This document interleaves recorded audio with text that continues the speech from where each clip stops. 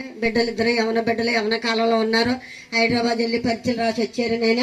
వాళ్ళ భవిష్యత్తు నీ చేతిలో ఉంది నాయన. వాళ్ళ జీవితం నీ చేతిలో ఉంది.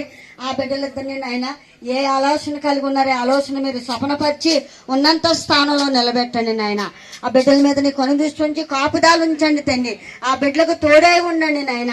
తల్లిగా తండ్రిగా ఆదరణ కట్టకుండా బిడ్డలు నడిపించండి తండ్రి. మా జ్ఞానం ఏ పాటిది నాయన, నీ జ్ఞానం ఇచ్చి బిడ్డలు పోషించి ఆదరించండి తండ్రి.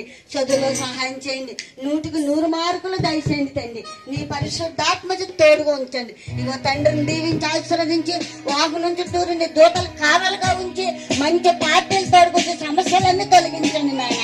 అయ్యా ఈ 2025లో తండ్రి నూతనంగా గుహం కట్టుకున్నా కూడా మార్గాంటారండి తండ్రి. ఆ బంధకాలన్నీ విడుదల చేయండి నాయన. నీ స్తోత్రాలు తండ్రి.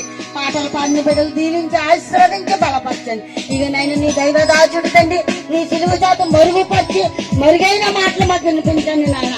24 పెద్దల పరిశుద్ధుల దేవదూతల మా మధ్య నుండి మాట్లాడండి తండ్రి. వాక్యాన్ని బట్టి ధ్యానించుకుని నెవరేసుకునే గొప్ప మా అందరికీ దయచేసి కావలసిన వర్తమానం మాకు అందించమని యేసు నామమున అడిగి వేడుకుంటున్నాను పరమ తండ్రి. ఆమేన్.